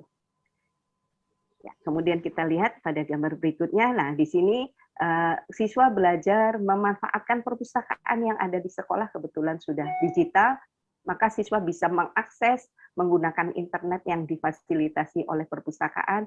Mereka mencari sumber informasi atau materi, dan kemudian mereka membuat produk-produk yang beraneka ragam ya, karena pembelajaran berdiferensiasi itu cirinya multiproses dan multiproduk ya, tergantung minat, bakat dan kemampuan peserta didik. Nah, itu Mbak Nia yang terasa dampaknya, dan di sini juga dalam proyek Pelajar Pancasila pelibatan orang tua ya, komite atau paguyuban orang tua siswa untuk membantu pelaksanaan ujian proyek. Baik, terima kasih Bu Yuyun. Nah, Bu Yuyun, ada nggak sih pesan ya yang ingin Ibu sampaikan terutama kepada kepala sekolah dan tentunya juga guru-guru terkait dengan implementasi kurikulum Merdeka dan platform Merdeka Mengajar ini? Silakan. Ya, pesan saya, mari kita mengajak warga sekolah ya untuk mengidentifikasi sumber-sumber daya yang ada di sekolah untuk mendukung pelaksanaan atau implementasi kurikulum Merdeka, termasuk di dalamnya sejauh mana kemampuan guru, dan mari kita mengadakan penguatan serta pembimbingan kepada Bapak Ibu guru agar mereka siap dengan melaksanakan kurikulum Merdeka ini, dan kita juga melibatkan orang tua, kemudian lingkungan sekitar dijadikan sebagai sumber belajar, termasuk siswa itu sendiri. Nah, jangan takut terhadap perubahan, karena saya yakin perubahan yang ada itu tentunya untuk menyempurnakan yang telah ada. Ya, termasuk di dalamnya kemudahan yang diberikan oleh Kemendikbud dengan adanya platform Merdeka Mengajar yang di dalamnya banyak sekali fitur-fitur yang bisa dimanfaatkan oleh Ibu guru termasuk siswa ya pada dalam pembelajaran ya, sehingga kita tidak perlu khawatir untuk bisa melaksanakan kurikulum Merdeka ini. Itu Mbak Nia. Baik, terima kasih Bu Yuyun. Bisa kita lihat tadi dari sharing gambar-gambarnya yang sangat menarik bahwa Ibu Yuyun berperan ya sebagai kepala sekolah melakukan sharingnya, pelatihannya, kemudian juga tadi ada supervisi atau kontrol juga kepada guru-gurunya, dan juga kita bisa lihat betapa anak-anak itu memiliki ruang ya untuk mengekspresikan karya, melakukan eksplorasi dan banyak hal yang lain dengan dukungan komite sekolah dan lingkungan di sekitar. Terima kasih Bu Yuyun. Kisah ini tentunya akan menginspirasi ya sahabat GTK yang hadir dan tentunya mendorong, menyemangati untuk bisa juga mengimplementasikan kurikulum Merdeka dan memanfaatkan platform Merdeka Mengajar. Kita akan berlanjut ke Pak Erdin ini ya. Pak Erdin, pertanyaannya ya, sebagai guru nih Pak, kebetulan di kelas 4 ini ya Pak, bagaimana Bapak menerapkan kurikulum Merdeka di kelas Bapak? Silakan Pak. Ya, baik, terima kasih Mbak Nia atas waktu dan kesempatannya. Setelah sekolah saya itu ditetapkan sebagai pelaksana program Sekolah Penggerak Angkatan 1, maka saya merasa kami di dalam komite pembelajaran itu lebih intens untuk melakukan diskusi-diskusi tentang perangkat ajar, bagaimana alur dari kurikulum Merdeka. Nah, kadang ini belum tidak seintens seperti dulu kami, tapi setelah melakukan diterapkannya implementasi kurikulum Merdeka ini, maka kami semakin intens untuk melakukan in-house training, berdiskusi, kadang di luar dari in-house training, menentukan langkah-langkah apa saja yang harus kami persiapkan untuk diterapkan nanti di dalam kelas. Nah, setelah semua hal yang kami diskusikan itu dapat disepakati, maka kami hal yang pertama untuk dibawa ke kelas itu melakukan asesmen diagnostik. Nah, di mana asesmen diagnostik ini kan sudah ada di platform Merdeka Mengajar dan itu dapat mudah diakses dengan dua cara ya pada saat itu, yaitu satu bisa di-download dan ini kegiatan in-house training, dan itu bisa di-download dan di print out sehingga dilakukan asesmennya secara daring, luring, maksudnya manual. Tapi kami untuk memudahkan peserta didik untuk melaksanakan asesmen diagnostik ini, maka kami menggunakan komputer melakukan secara daring, di mana siswa-siswa itu akan sebagai bentuk pengenalan juga kepada siswa-siswa melakukan asesmen diagnostik, maka kami mengarahkan siswa itu untuk melakukan secara daring. Karena di platform Merdeka Mengajar ada link yang bisa di-share lalu kami bagikan kepada komputer-komputer dan dapat diakses oleh siswa-siswa. Dan alhamdulillahnya bahwa dari hasil asesmen diagnostik yang dilakukan kami itu, ternyata dalam kelas saya, jadi kelas 4 itu ada beragam karakter kemampuan siswa. Di sana ada dari 4 karakter yang sudah ada di platform Merdeka Mengajar itu, siswa saya ada di keempat-empatnya itu. Nah, ada yang perlu intervensi khusus, yang ada pada tingkatan standar, yang sudah tingkatan cakap, dan yang sudah mahir. Nah, setelah saya melaksanakan di dalam kelas, bahwa hal yang paling menarik bagi saya bahwa siswa saya itu lebih tertantang dan lebih senang untuk mengikuti kegiatan pembelajaran.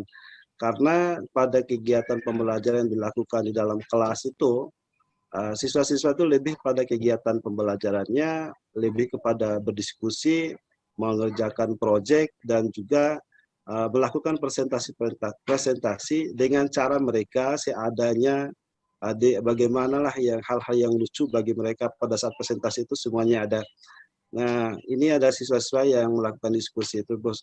Nah, ketika siswa sudah merasa tertantang, sudah merasa senang, saya juga merasa dituntut oleh siswa itu untuk melakukan pengembangan diri supaya lebih kreatif lagi menyusun modul ajar yang lebih menarik lagi bagi peserta didik saya, supaya mereka tetap terjaga rasa senang mengikuti kegiatan pembelajaran ini. Dan untuk mengeksplor siswa, memang itu dibutuhkan kesabaran bagi saya sebagai guru, dan menyiapkan banyak sekali pertanyaan-pertanyaan pemantik, karena anak-anak itu Mbak Nia kalau tidak diajukan pertanyaan, kadang mereka sulit untuk mengeksplor apa yang sudah mereka ketahui.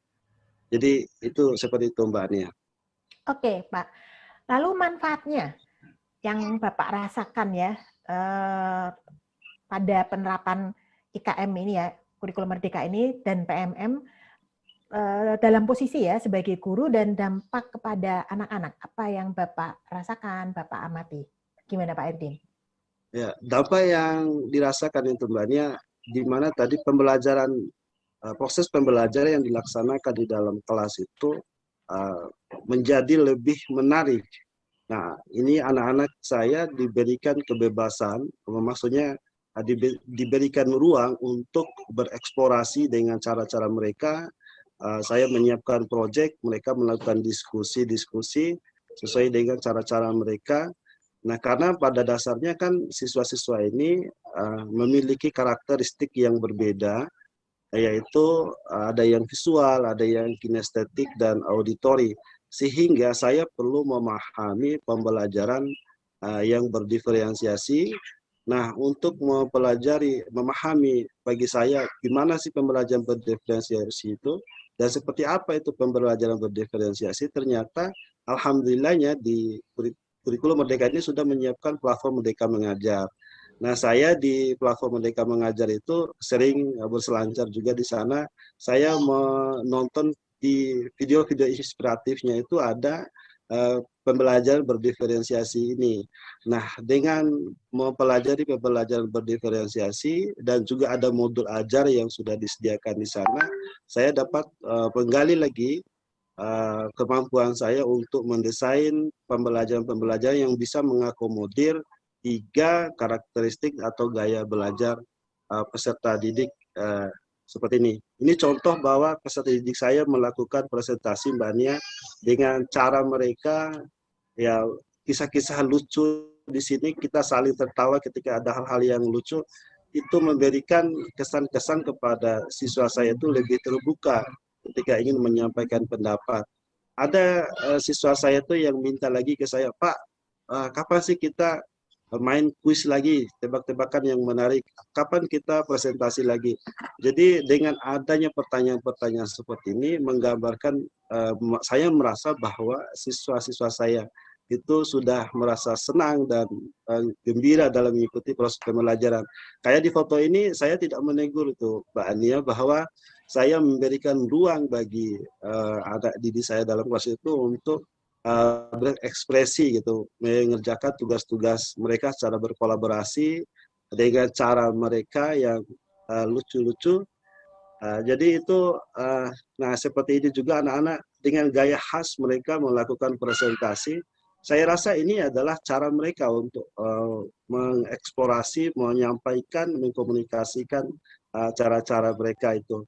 Nah, menurut saya disinilah letak yang ingin saya sampaikan, bahwa dari penerapan kurikulum Merdeka ini membuat proses pembelajaran di dalam kelas saya itu lebih menarik, lebih menantang, dan ini semua karena tersedianya platform Merdeka Mengajar yang dapat saya akses kapan saja, dan memberi kemudahan lah, banyak video-video pelatihan di platform Merdeka Mengajar itu, Mbak.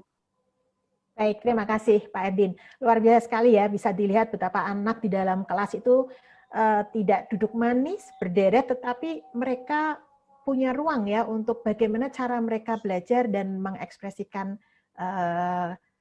karya-karya mereka ya dengan berbagai caranya. Gitu. Lalu pesan apa ini Pak Erdin yang ingin Pak Erdin sampaikan kepada Bapak dan Ibu guru, terutama yang belum menerapkan kurikulum Merdeka dan memanfaatkan platform Merdeka Mengajar? Silakan Pak Erdin. Ya baik, yang ingin saya sampaikan kepada sahabat GTK yang ada di ruangan ini, bahwa kurikulum Merdeka Mengajar ini ada kemudahan bagi saya selaku guru, bahkan nanti sahabat GTK lainnya yang ingin menerapkannya, bahwa di kurikulum Merdeka ini kan ada platform Merdeka Mengajar, itu bisa diakses kapan saja dan di mana saja. Kalau bagi saya itu biasanya saya mengaksesnya itu pada malam-malam, pada waktu-waktu yang kosong. Nah, di platform Merdeka Mengajar itu saya sudah menyelesaikan satu modul pelatihan, yaitu budaya positif, Mbak Nia, di mana dulu itu setelah saya mempelajari modul itu ada hal yang sangat berbeda yang saya rasakan. Kalau dulu saya suka memberikan reward and punishment kepada anak-anak. Kalau ada anak-anak yang melakukan suatu kejanggalan mungkin yang terjadi, maka saya memberikan berupa hukuman yang sifatnya mendidik. Tapi ternyata setelah saya mempelajari materi budaya positif, seharusnya itu kita menguranginya gitu. Karena di sana, oleh sebab itu sekarang itu saya lebih dengan mengajukan pertanyaan-pertanyaan tentang apa tujuan anak itu melakukan hal tersebut. Sifatnya seperti coaching, dan anak itu lebih terbuka karena mereka merasa dihargai oleh orang lain gitu, Mbak Nia. Terima kasih Pak Erdin. Ini sungguh menarik ya cerita sebagai seorang guru dengan segala perubahan-perubahan yang dilakukan tentunya setelah menerapkan kurikulum Merdeka dan belajar dari platform Merdeka Mengajar, menjadi guru yang lebih dicintai oleh anak-anaknya, begitu ya Pak Erdin. Dan tentunya kisah-kisah dari Pak Erdin ini dan Bu Yuyun itu semakin menyemangati ya sahabat GTK yang hadir untuk menerapkan kurikulum Merdeka dan menggunakan ya platform Merdeka Mengajar. Dan tentunya ditunggu juga sharing praktik baik bagi sahabat GTK yang juga punya kisah-kisah ya seperti yang dialami oleh Ibu Yuyun maupun Pak Erdin di platform Merdeka Mengajar. Bu Yuyun dan Pak Erdin ada pertanyaan ya, ada satu pertanyaan ini untuk Bu Yuyun dan Pak Erdin. Kita bacakan dari Ibu Martlina Pasaribu di Binjai. Nah, bagaimana menyediakan guru-guru yang kompeten yang dapat memberikan kemerdekaan belajar? Karena banyak nih guru-guru yang tidak mau, saya ulangi lagi, tidak mau melakukan perubahan kecil karena masih berpegang pada mindset atau pola pikir mengajar yang lama. Nah, silakan ini. Mau siapa dulu? Ibu Yuyun kah? Ya, saya coba dulu ya, Bu Nia. Pertanyaan dari Bu Martlina Pasaribu. Yang saya alami, saya menghargai sekecil apapun yang dilakukan oleh Bapak Ibu guru. Bagi saya ketika ada sebuah perubahan ke arah baik, dia meskipun itu kecil, itu adalah sebuah kemajuan. Memang mengubah mindset atau paradigma itu sulit ya. Tapi bagaimana kita, kepala sekolah khususnya, memberikan pembimbingan dan penguatan kepada Bapak Ibu guru, juga pendampingan. Sehingga mereka tidak merasa tidak sendiri gitu ya, bergerak itu tidak sendiri, tapi kita berikan dukungan, berikan kesempatan dan juga memfasilitasinya. Yang sering saya lakukan adalah memberikan kesempatan kepada guru-guru yang mungkin setelah pelatihan atau setelah membuat sesuatu video atau media pembelajaran tuh sering saya minta untuk berbagi di dalam sebuah pertemuan rutin gitu. Mereka untuk berbagi. Nah, dari situ banyak guru yang tertarik. Ada satu guru yang membuat video dengan menggunakan PowerPoint. Kemudian banyak guru akhirnya, seperti apa caranya ya? Coba saya bantu, saya bantu. Nah, saya kadang membuat list di grup info atau di grup para guru, Bapak Ibu guru yang sudah buat video siapa. Nah, bertambah selalu yang mengisi list itu. Nah, itu akan memotivasi guru yang lain yang belum punya kesempatan itu untuk belajar. Nah, caranya ya mereka ada keinginan mendekati pada kawan-kawan yang lebih mampu untuk minta dibantu, didampingi gitu, dan akhirnya sama-sama mereka bisa. Itu yang sering saya coba lakukan. Gitu Bu Nia. Terima kasih Bu Yun. Dari peran kepala sekolah begitu ya Bu Yun yang memberikan apresiasi untuk perubahan sekecil apapun. Kalau Pak Erdin segala gimana nih Pak Erdin? Bagaimana nih ngajak guru yang tadi yang tidak mau melakukan perubahan ini Pak Erdin? Ya, baik, terima kasih Mbak Nia. Kalau saya di sekolah itu, alhamdulillah memang teman-teman selalu ingin berubah. Cuman saya selaku guru itu, karena untuk mengajak teman-teman merubah mindset itu, saya tetap melanjutkan apa yang menurut saya baik. Tujuannya itu supaya saya secara tidak langsung memberikan contoh ketika nanti sudah ada kesuksesan dari proses yang diberikan contoh itu, biasanya teman-teman itu akan ikut juga gitu. Jadi kadang juga saya selalu menceritakan apa yang sudah saya lakukan, terus proses yang didapatkan dari yang saya lakukan itu, ini loh teman-teman gitu. Kalau misalnya pada saat proses pembelajaran dengan menggunakan project, anak-anak kegiatannya akan lebih menarik dalam proses pembelajaran, itu saya memang tetap berbagi, tapi saya tidak memberi sifatnya memaksa kepada teman-teman, hanya berbagi dan nanti teman-teman akan melihat hasil yang saya peroleh. Jadi lebih kepada saya mengerjakan sesuatu itu, dan nanti teman-teman yang lain akan tetap ikut apa yang sudah kita dapat gitu Mbak Nia. Oke, baik, terima kasih Pak Erdin. Semoga ini menjawab pertanyaan dari Ibu Pak Marlina Pasaribu ya. Baiklah, ini sudah di penghujung acara. Bu Yuyun dan Pak Erdin, ada nggak sih pesan penyemangat ini sebelum kita mengakhiri acara kita ini untuk kepala sekolah dan guru-guru di seluruh Indonesia? Kurikulum Merdeka, bergerak bersama, maju dan sukses semua. Itu slogan kami, Kota Pontianak. Wah, siap. Terima kasih Bu Yuyun. Pak Erdin? Ya, baik. Kalau saya lebih ingin pada, mari kita menanam, karena nanti kita akan dapat menuai hasilnya. Baik, semangat gitu ya Pak Erdin ya. Semangat untuk mendidik, menanam itu. Oke, terima kasih Bapak dan Ibu narasumber semuanya ya atas sharing, kemudian pesan penyemangat dan diskusi kita ya di siang hari ini di dalam Sapa GTK episode 2. Semoga Bapak dan Ibu senantiasa punya semangat yang membara dan tentunya diberikan rahmat kesehatan untuk menjalankan aktivitas-aktivitas. Baik sahabat GTK di seluruh Indonesia, sebelum kita mengakhiri kegiatan di siang hari ini, saya akan mengumumkan 3 peserta terpilih yang sudah bertanya atau berbagi praktik baik dan akan mendapatkan hadiah lawang atau door prize dari Direktorat Jenderal GTK. 3 peserta terpilih yaitu 1. Bapak Asep Syaifur Rahman dari SMP Negeri 1 Kota Cirebon, Provinsi Jawa Barat. Yang kedua, Nofri Maya Sril, UPT SDN 03 Pelangai Gadang, Kabupaten Pesisir Selatan, Provinsi Sumatera Barat. Dan yang ketiga, Ibu Siti Ahyati, TK Negeri Pembina Bantul, Provinsi DIY. Selamat Bapak Ibu yang terpilih. Panitia akan segera menghubungi Bapak dan Ibu untuk pengiriman hadiahnya. Bapak Ibu yang kami hormati, sahabat GTK di seluruh Indonesia, usai sudah seluruh rangkaian kegiatan kita di siang hari ini, Terima kasih atas partisipasi Bapak Ibu semua di dalam Sapa GTK episode 2 Transformasi Pembelajaran melalui Implementasi Kurikulum Merdeka dan Platform Merdeka Mengajar. Mohon maaf atas segala kekurangan kami selama memandu acara Sapa GTK pada hari ini. Sampai jumpa lagi di acara Sapa GTK episode selanjutnya di bulan April. Izinkan saya, Nia, pamit undur diri. Wassalamualaikum warahmatullahi wabarakatuh. Om Santi, Santi, Santi, Om Namo Buddhaya. Salam kebajikan.